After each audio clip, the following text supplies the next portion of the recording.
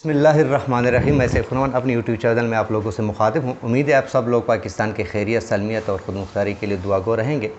इस चैनल को सब्सक्राइब कीजिए क्योंकि इससे हमें हौसला मिलता है और आप लोगों को हर किस्म की ख़बरें मिलती हैं। जैसा कि आप सबको मालूम है कि हालात मुल्क के किस तरफ चल रहे हैं, किस तरह चल रहे हैं। कभी अदालतों पर हमले हो रहे हैं तो कभी जज साहिबान को गालियाँ दी जाती हैं। वजह क्या है? वजह सिर्फ़ और सिर्फ यही है कि जो पीडीएम की जमातें हैं, जिसमें जितनी भी जमातें हैं, सबकी मकबूलियत का ग्राफ इतना गिर चुका है कि कोई बाहर निकलने के काबिल नहीं है। और अपोजिट जो इमरान खान है उसकी मकबूलियत का ग्राफ इस हद तक पहुंच चुका है कि वो घर में भी बैठे कोई कैंपेन ना चलाए तो भी उसी कैंडिडेट पास होंगे। ये पोजीशन है। तो कप्तान की अभी जो पोजीशन है पार्टी पर, जो हालात हैं उसमें मैं अगली वीडियो में भी आप लोगों को बताऊंगा। लेकिन आज उसकी एक विकेट गिर चुकी है। जो महमूद मौलवी है, कराची से उसका ताल्लुक़ है, लेकिन इससे फ़र्क नहीं पड़ता। फ़र्क क्यों नहीं पड़ता मैं आप लोगों को बताता चलूँ। अभी जो मकबूलियत है वो इमरान खान की, यानी लोग इमरान खान के साथ होंगे तो वो कामयाब होंगे। वो इमरान खान के साथ होने ना होने से इमरान खान की कामयाबी और नाकामी पर कुछ असर नहीं पड़ता। वजह मैं आप लोगों को बताता चलूँ। जब तक इमरान खान के साथ अल्लाह की मदद और आवाम की मोहब्बत हो और आवाम हो, तब तक तो ये कैंडिडेट जितनी भी है, क्योंकि एक एक हलके से जब इमरान खान इंटरव्यू कर रहा था, एक एक हलके से 9-9, 10-10 कैंडिडेट हुआ करते थे पंजाब के लेवल पर। तो कराची में भी यही पोजीशन है, हर जगह यही पोजीशन है। हालांकि इसको एक बेहतरीन वजारत भी दी गई थी, लेकिन वजारत यानी इस महमूद मौलवी को इमरान खान की वजह से पहचान मिली है। इमरान खान को महमूद मौलवी की वजह से पहचान नहीं मिली। यहाँ तो मैं आप लोगों को बताता चलूँ। दूसरी मैं आप लोगों को ये बात बता दूँ, इमरान खान की मज़ीद भी विकेटें गिरेंगी, ये नहीं है, क्योंकि सख्त वक्त है, अटल जाएगा। यहाँ एक बात आप लोगों को बताता चलूँ, एक जो हालात हैं इस वक्त के, वो किसी को तो जाने दे, खैर है, पहले करना पड़ेगा। क्योंकि अगर इस तरह के हालात चलते रहें तो फिर इसके बाद इमरान खान की हुकूमत आएगी, फिर यही पकड़ दकड़ होगी, तो फिर वो धरने देंगे, चाहे 50 लोग हों या 500 लोग हों। जिस तरह अभी पीडीएम के का जो जल्सा एहतजाज हुआ था, तकरीबन 10-15-20 हज़ार लोग आए थे बमुश्किल, यानी जो बताते हैं तो 1000 के हिसाब से एक पार्टी के लोग आए थे। तो बाहर क्या जितने भी थे रेड जोन में दाखिल हुए, गेटों को पलांग कर दाखिल हुए, जजों को गालियां दी। क्योंकि रियासत का काम तो ये नहीं है कि आप उस पर फ़ौरन गोलियां चलाएं या ये करें वो करें, तो मज़ा तो ख़राब कर लेता है। इसमें पहल करनी चाहिए किसी भी सरबराह को, और सारे सब कुछ माफ़ कर देने चाहिए। और इसके साथ जो आईन और कानून के मुताबिक जिस पर जो भी केस हो उसका दिफा ज़रूरी है। और सब कुछ अदालतों को या जो इदारे हैं वो इतने बाअख्तियार होने चाहिए कि उसमें किसी हुकूमत की मदाखलत ज़रूरी ना हो, तो वो ख़ुद अपना काम करें, उसमें किसी की डिक्टेशन की ज़रूरत ना हो।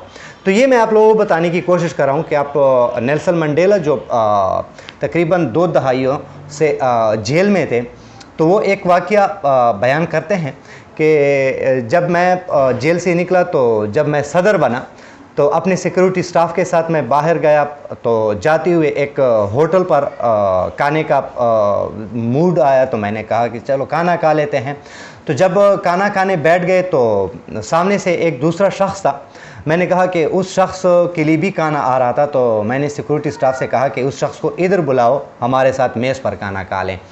तो वो कह रहे थे कि जब वो आए और जब खाना खाने लगे तो उस शख्स के हाथ कांप रहे थे। तो जब हाथ कांप रहे थे तो बाद में जब रोटी खा ली तो नेल्सन मंडेला ने कहा कि इसके हाथ क्यों कांप रहे थे, तो सिक्योरिटी वाले ने कहा कि बीमार लग रहा था। बीमार था? उसने कहा कि नहीं, ये शख्स बीमार नहीं था। जब मैं जेल में था तो इसकी ड्यूटी थी मेरे ऊपर। तो जब मैं पानी मांगता था तो ये तशद्दुद के बाद, मज़ीद तशद्दुद के बाद जब मैं पानी मांगता था तो ये ऊपर से मेरे सर पर पेशाब किया करता था। तो इस शख्स को ये ख़दशा था कि अगर मैंने अभी तो ये सदर बन गया, ये अब मेरे साथ वही सलूक करेगा जो मैंने इसके साथ किया है। तो मैंने इसको, हालांकि इसको पता नहीं है कि मैंने इन सबको माफ़ किया हुआ है। तो इस किस्म के एक नेल्सन मंडेला के जो अल्फाज हैं, यकीन मानिए मैं आपको क्या बताऊं, वो कहते हैं, ये मैं यहाँ से पढ़कर आपको सुनाता हूँ, क्योंकि कमज़ोर शख्सियत के लोग जो है ना माफ़ करने में ताख़ीर से काम लेते हैं, जबकि मजबूत किरदार के लोग माफ़ करने में देर नहीं करते। और मैं आप लोगों को बताता चलूँ, जो मजबूत किरदार के लोगों में अगर है एक शख्स तो वो है इमरान खान। बाकी ये जितनी भी है ये बिल्कुल माफ़ करने की वो नहीं है। और इमरान खान ने कहा भी है कि सिवाय करप्शन के, अवाम के पैसों के, बाकी तो सब कुछ मैं माफ़ कर लूँगा, चाहे मुझे गोलियां लगी हैं, चाहे कुछ भी हुआ है। तो ये शख्स आए और इस सिलसिले को तोड़ दें और एक मुल्क में वो इलेक्शन, वो हुकूमत आ जाए जो हर वक्त जमहूरियत जीत जाए। मैं हमेशा ये बात करता हूँ कि तुर्की में इलेक्शन हो गए, कोई हारा कोई जीता, लेकिन जमहूरियत जीत गई। पाकिस्तान में जब भी इलेक्शन होते हैं कोई हारता है कोई जीत जाता है, लेकिन हमेशा जमहूरियत हार जाती है। तो आप लोगों को ये भी बताता चलूँ, पाकिस्तान में इस वक्त दो तस्वीर हैं। मैं एक तस्वीर देख रहा था, एक तरफ शेलिंग और उसका धुआं भी है, आगे से पीटीआई वाले बाजमात नमाज अदा कर रहे हैं। इस पर भी लोगों को का एतराज़ है कि पीटीआई वाले नमाज क्यों, ये मुसलमान नहीं है, नमाज नहीं पढ़ सकते। इसमें उलमा भी है, हर किस्म के मशाइख हैं, नहीं बहुत नेक नेक लोग हैं इसी जमात में। अच्छा, तो दूसरी तरफ तस्वीर में नीचे पीडीएम के लोग जो गेट को पलांग कर रेड जोन में दाखिल हो रहे हैं। तो यहाँ ये है, वो नमाज पढ़ के ऊपर लिखा हुआ है दहशतगर्द तंजीम, नीचे ये लिखा हुआ है पुरअमन लोग। तो ये दो तस्वीर, इसको जो है ना हटना चाहिए, इसको जो है ना आवाम के सामने लाना चाहिए।